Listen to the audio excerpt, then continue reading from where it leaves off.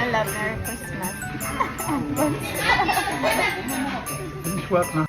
The reality sa amin ngayong Pasko 2023. Ngayon ay kakasundo ko lang kay Habi at 8 PM. Then dumiretso na kami kumain sa Zaizeria. Ito kasi ay malapit lang sa bahay namin. Bale, ito na yung selebrasyon namin sa Pasko. Kasi December 24 ay aalis ulit siya para sa work ng December 25, which is my work din ako. So LDR muna kami. So ayan, nag-video chat na lang kami sa Pasko. Kahit pa paano ay masaya naman na medyo malungkot kahit konti. Pero hindi naman ito big deal sa amin. Nagkataon lang na parehas kaming may work tuwing Pasko. Alam kong hindi lang sa amin nangyari ang ganito, na hindi nyo kasama ang mga mahal mo sa buhay.